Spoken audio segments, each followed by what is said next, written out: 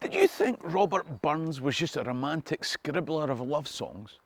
Today, I want to tell you about his links to radicalism and the man that I've described as Scotland's greatest hero.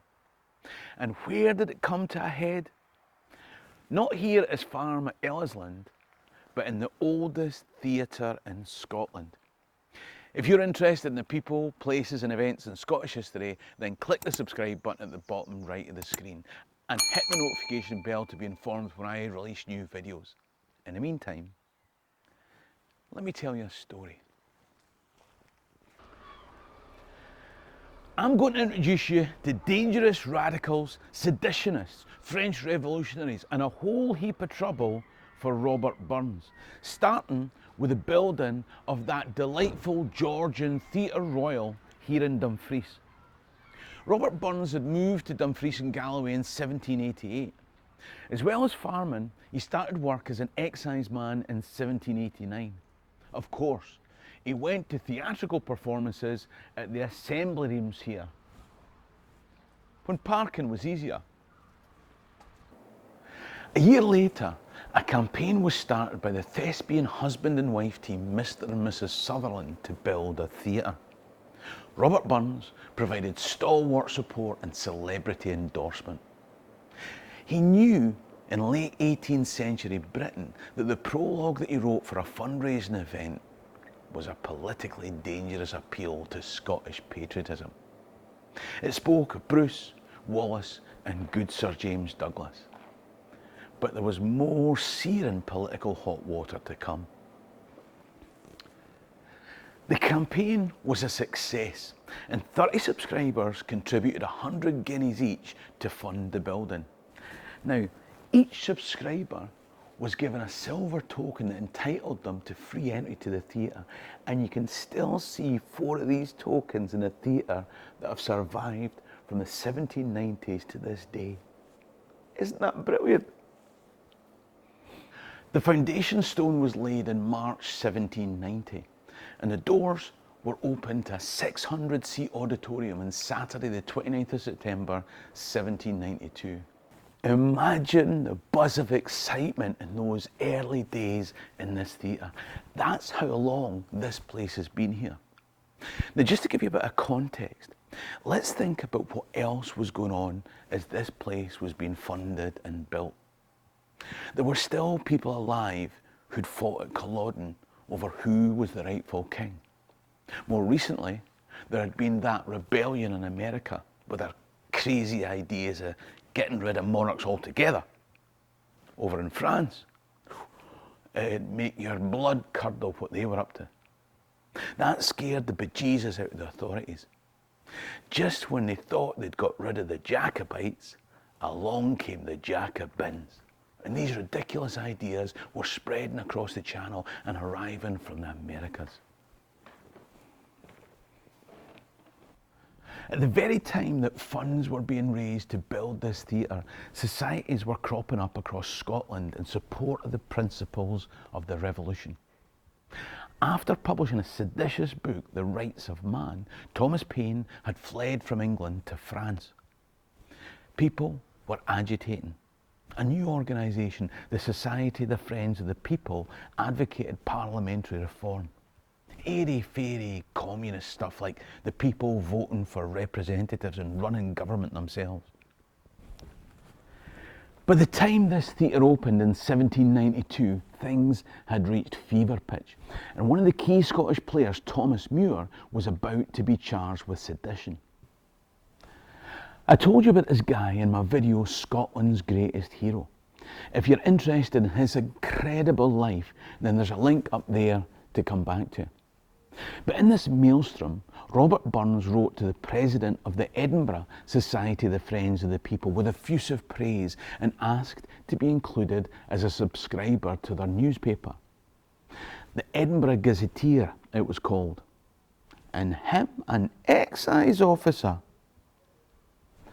Anyway, September 1792 saw this place launched with a gala opening. Now, the star of this show on that night, and for some time after, was a tiny, pretty little lady called Miss Louisa Fontanelle. She was a comic actress who had performed in London and Edinburgh and now arrived in Dumfries, before later emigrating to America.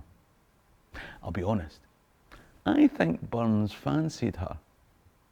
He wrote to her in the most gushing of terms, and he wrote her a prologue for her to perform on this stage at a benefit in her honour 2 months after opening. What I find crazy is that not only am I standing on that same stage now, but I'll do it all again on the 8th of September for my own Scottish History stand-up show, Stories of Scotland. So, if you live in the Dumfries and Galloway area, then why not come along and get some Scottish history along with a laugh?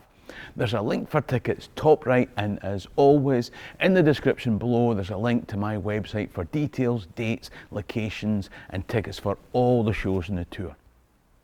Anyway, many of you will have heard at least some of the prologue that Burns gave Mrs. Fontenelle. I know that I've heard them quoted many times at Burns Supper when somebody's toasting the lassies and trying to make the point that Burns respected women. The piece is called The Rights of Women. But remember the context. Thomas Paine had just fled England after publishing The Rights of Man. It was the most in-demand, under-the-counter seditious book in the country. It was a topic on everybody's lips. And the words that Burns put on Miss Fontenelle's lips were, "While Europe's eye is fixed on mighty things, the fate of empires and the fall of kings, whilst quacks of state must each pronounce his plan, and even children lisp the rights of man. Amid this mighty fuss, just let me mention, the rights of women merit some attention." Now, if that sounds innocent enough, then I'm sure it was supposed to be. But it also ended, "But truce with kings and truce with constitutions, with bloody armaments and revolutions. Let majesty your first attention summon. Ah, ça ira, the majesty of women." Ça ira? That's a song of the French Revolution. Writing to radicals, subscribing to their papers, including hints at dangerous revolutionary ideas for speeches on stage, if that seems politically charged, things were about to get worse. Burns was a regular attender at the spanking new Dumfries Theatre. He would always sit just behind the musicians at the front on the backless wooden benches in the area down there known as the pit. These were cheap seats for bawdy types. You can still see some of those benches sat on by Burns in the theatre to this day. Well, in between the opening gala and Miss Fontenelle's benefit, the theatre put on Shakespeare's As You Like It, with Miss Fontenelle playing the role of Rosalind. No, I don't know either. Obviously, the audience did. It was put on for the benefit of some toffs who were in town, the Caledonian and Dumfries and Galloway Hunt. A distinguished audience amongst whom was the even more distinguished Marquis of Queensberry and his guests and pals, on much better seats than Burns. Now, at the finale, somebody called for the singing of the English nationalist song God Save the King that had become very popular after the Jacobite uprisings. You've probably heard it sung more recently as God Save the Queen, now the King. Anyway, these days you'll often hear it sung in two-part harmony choral with the Fields of Arden Rye. On the night, it prompted the spontaneous singing of a different song. When the toffs started singing God Save the King, the rowdies down in the pit struck up with Ça ira, that song of the French Revolution. Now, theatre audiences in 1792 were not theatre audiences as they are today.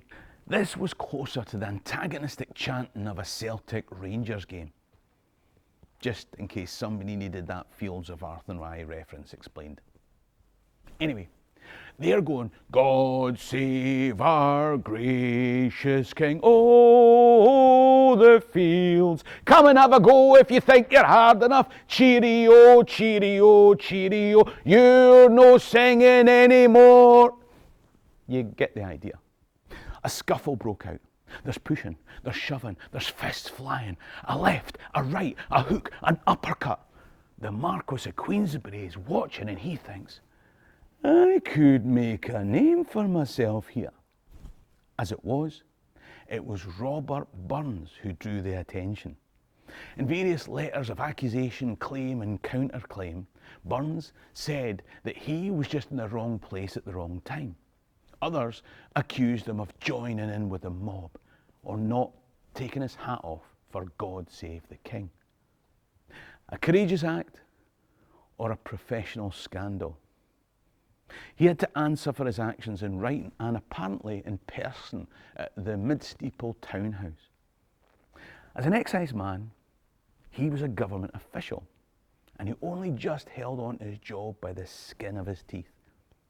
That, given his other political indiscretions, was a surprising result, only achieved with a level of loquacious grovelling few others would have been capable of. But it certainly lost him the promotion that he'd been hoping for. Chanting with your mates and facing the bosses in the townhouse are two very different things. I'd been thinking about how to end this video. Maybe with some pithy observation on cancel culture or high moral tone about democracy and the rights of man, free speech and the courage to speak truth to power. The truth is, I'm not sure how I would have fared with employer censorship and mouths to feed at home. More than anything about this video, I just find it incredible to think how those social upheavals and the struggle of the great ideas at the time played out in the room in which I have the pleasure to stand right now. We are insignificant grains of sand falling in an hourglass that so many have passed through before. It's only when we act in combination with many that things start to change. When I stand on this stage next time, as a gathered throng call out my name and clamour for encore, I can't help but think that if I'd put on the show a little bit earlier, Robert Burns would have been sitting there. I'm not sure if you want a video about the poet Robert Burns or the radical Thomas Muir next, but one of them will be coming up on screen now. The easiest way to support the channel is to give me a thumbs up. But if you do have the means, then please become a Patreon member by clicking top right or buy me a coffee in the description below. In the meantime, I'll see you here in September. Ha mi an dóchas gún bí lá málaibh. Cheerio and drasta.